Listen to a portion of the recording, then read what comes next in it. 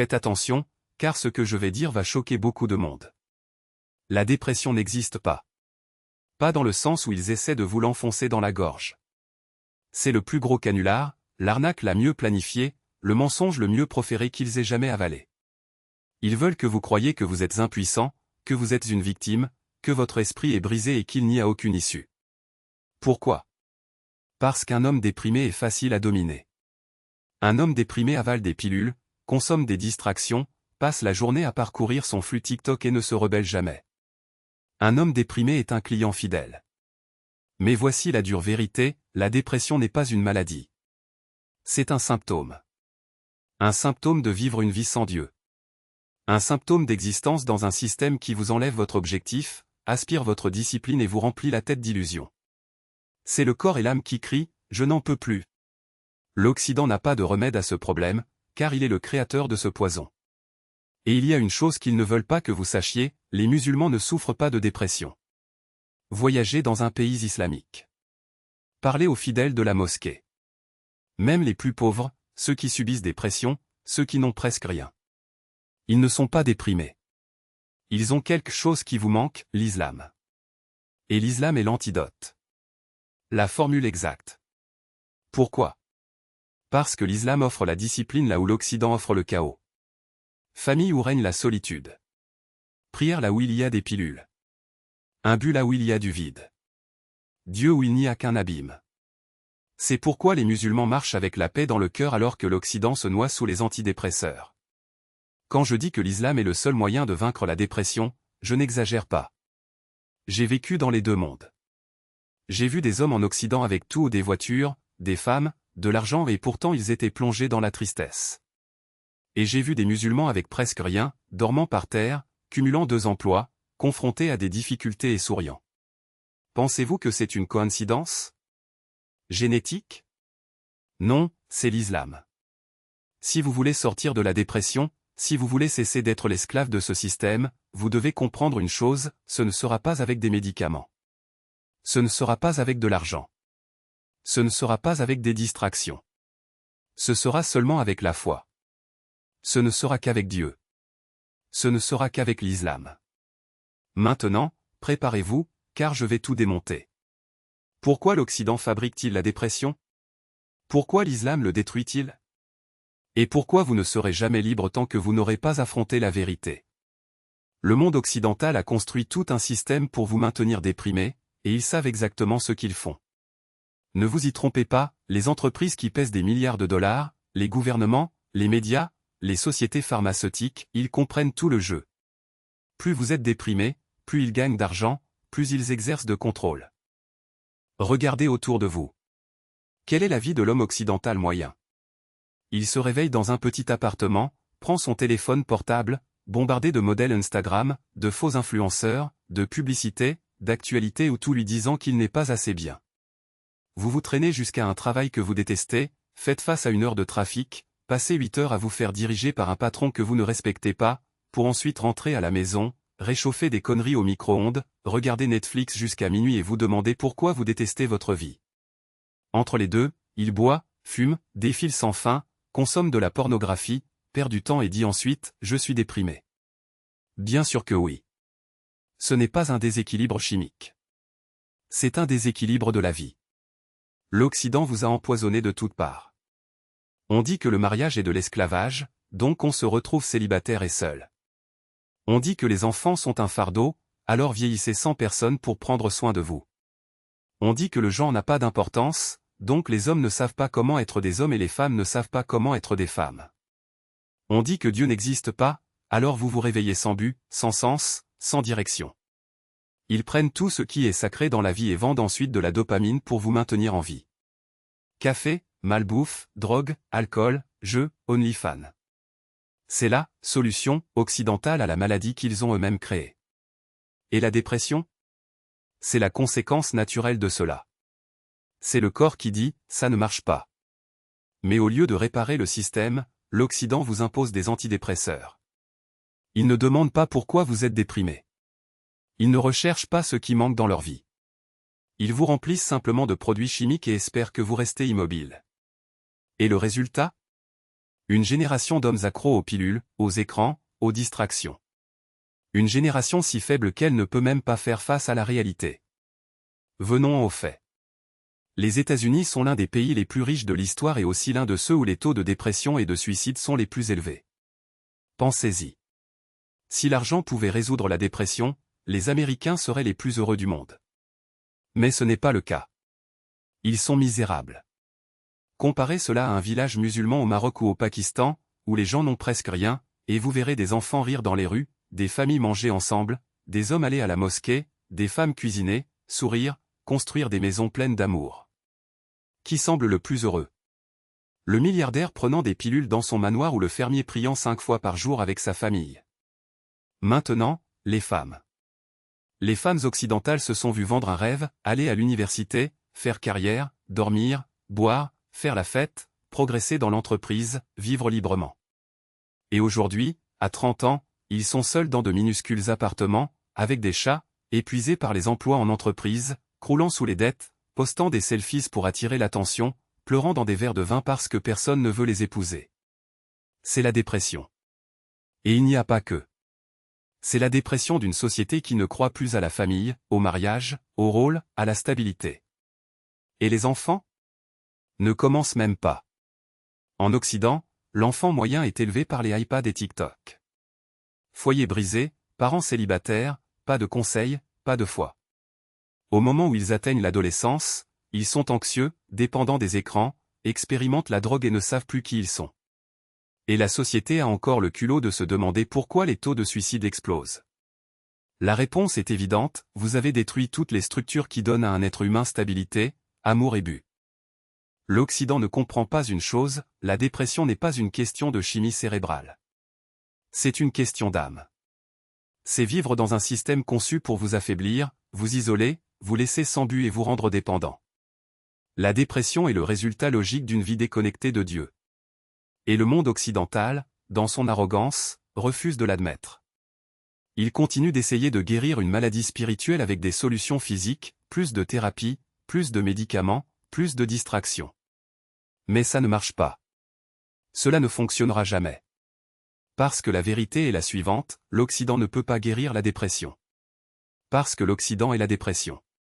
L'ensemble du système est conçu pour vous rendre malheureux. Des écoles qui vous endoctrinent à croire que vous n'êtes qu'un accident de l'évolution aux entreprises qui sucent votre énergie en échange de miettes. Tout a été calculé.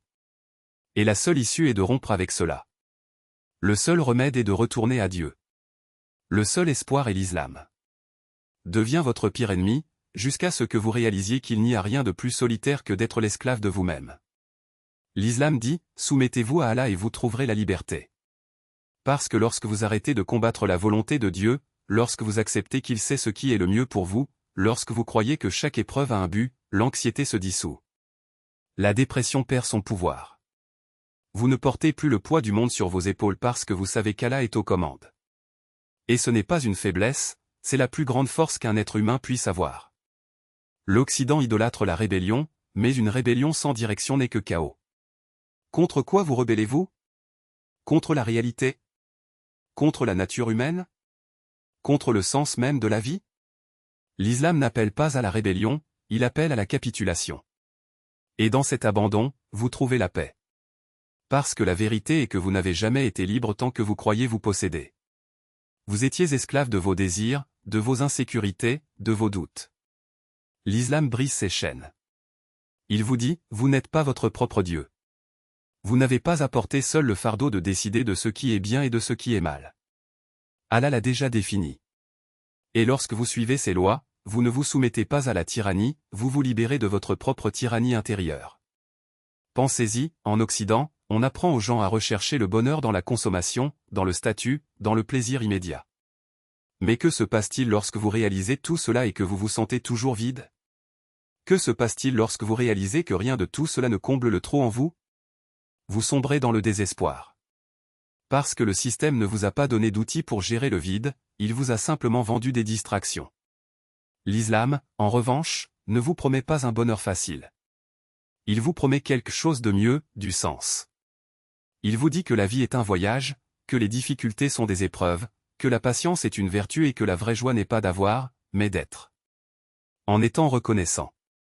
En étant patient. En étant fort. En étant un serviteur d'Allah. Et voici l'ironie, l'Occident accuse l'islam d'être oppressif, mais qui est réellement opprimé? Celui qui suit les ordres de Dieu et trouve la paix, ou celui qui suit les caprices de la société et sombre dans la dépression? Celui qui vit avec un but et une communauté, ou celui qui marche seul, rongé par l'anxiété et la solitude? La réponse est évidente. L'islam n'est pas la prison, c'est la clé. La clé d'une vie qui a du sens.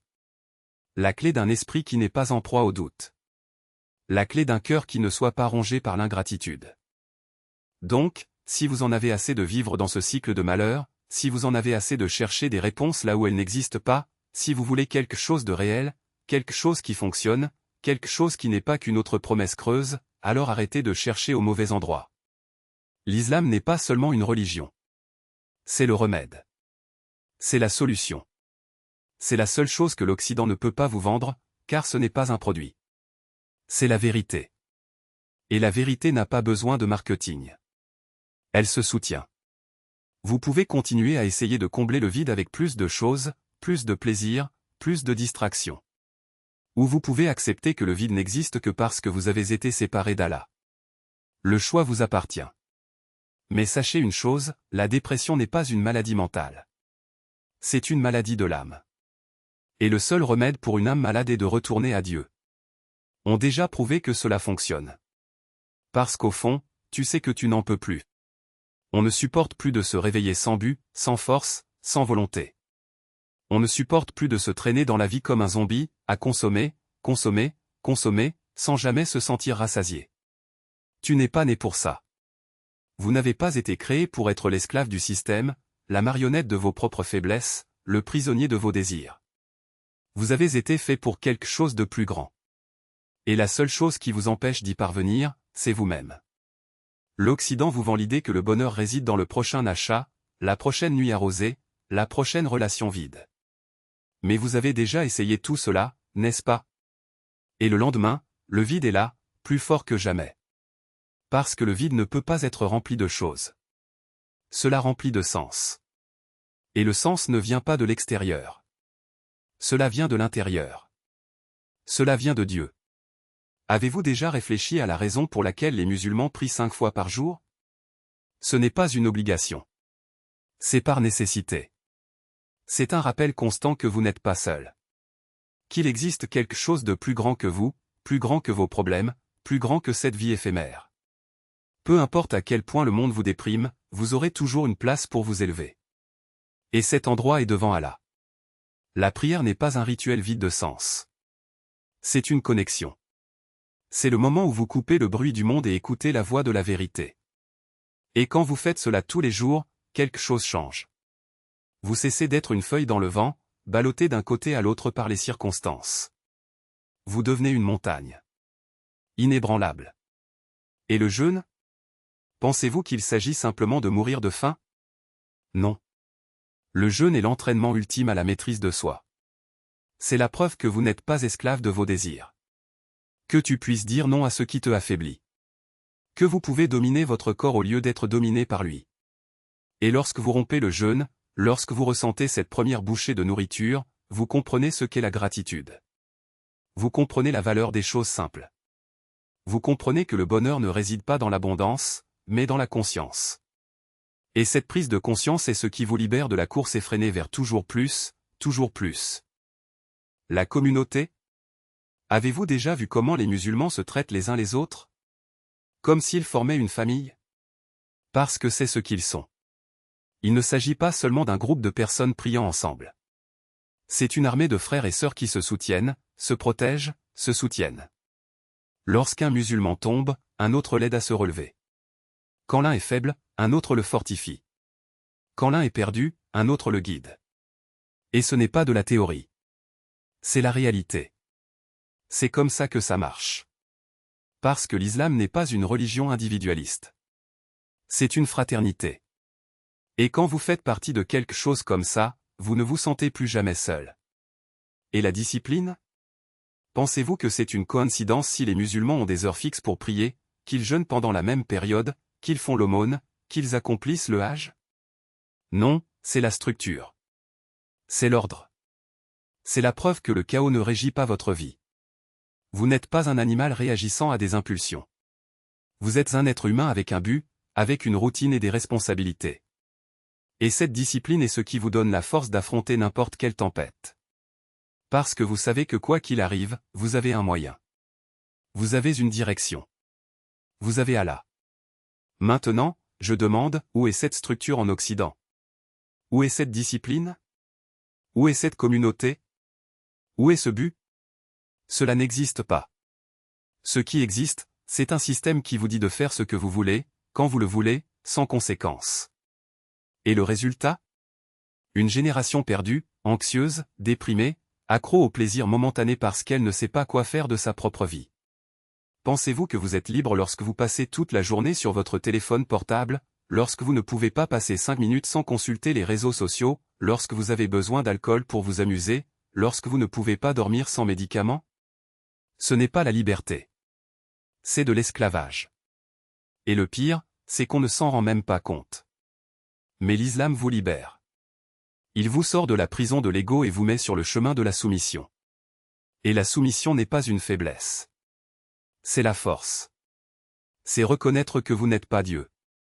Que tu ne contrôles pas tout. Que tu as besoin de quelque chose de plus grand que toi. Et lorsque vous acceptez cela, quelque chose d'incroyable se produit, vous arrêtez de lutter contre la vie. Vous arrêtez de lutter. Arrêtez de vous noyer. Parce que vous comprenez que vous n'êtes pas seul. Que Allah soit avec vous. Qu'il vous guide. Qu'il vous soutienne. Qu'il vous aime. Et c'est cet amour qui guérit.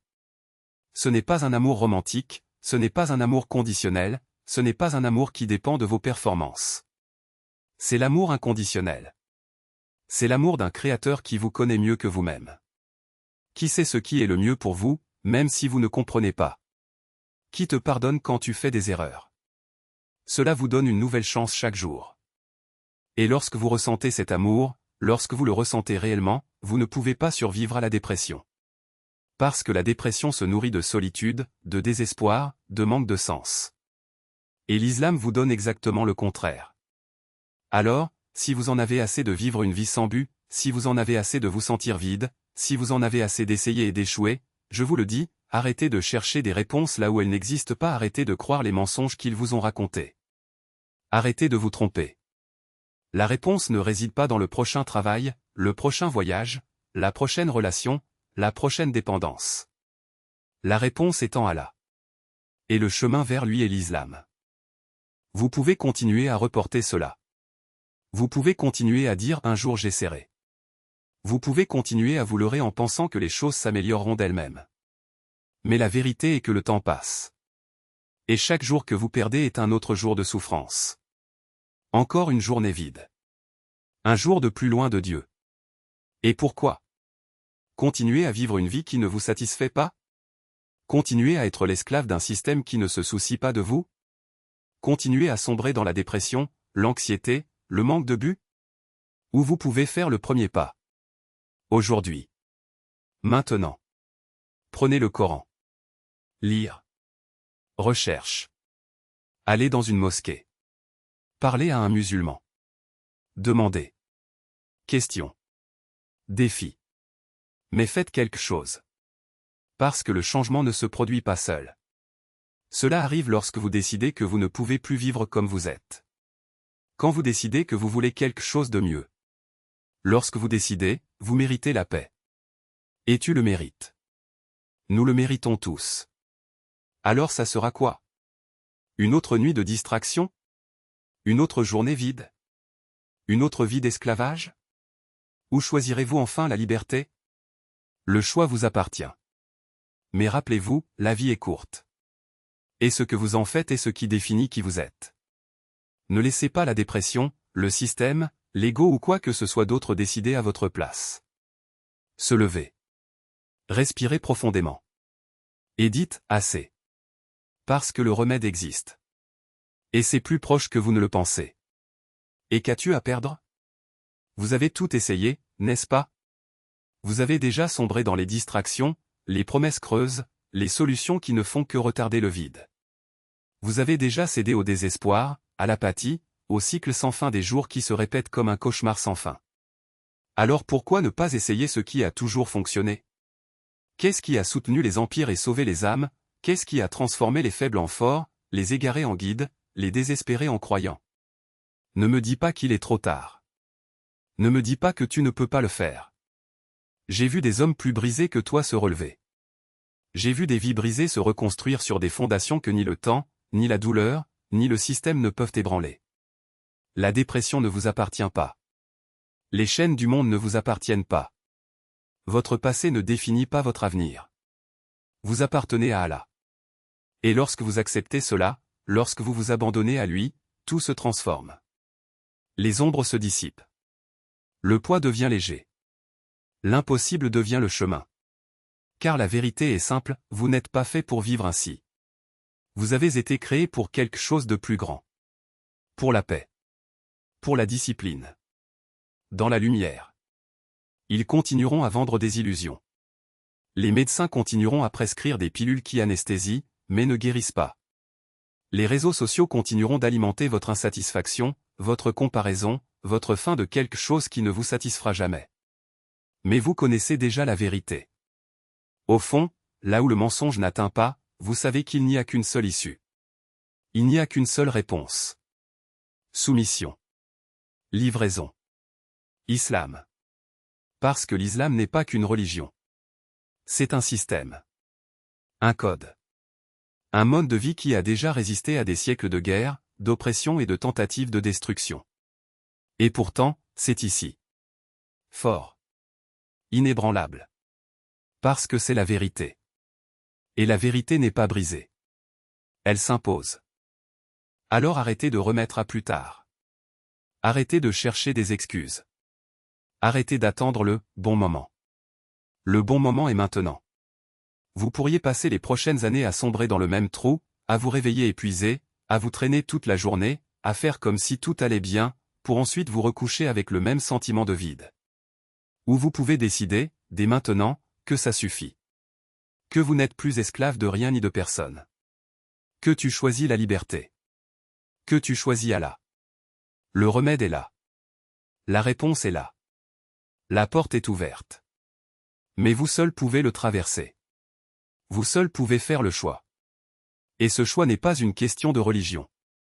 Il s'agit de la vie. À propos de la dignité. De ne pas céder au chaos. De ne pas laisser le monde décider qui vous êtes. Alors respirez profondément.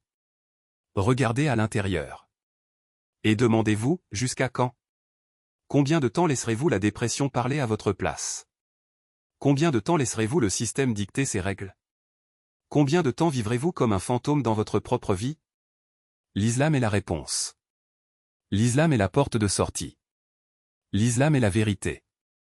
Et la seule question qui reste est, aurez-vous le courage de l'accepter?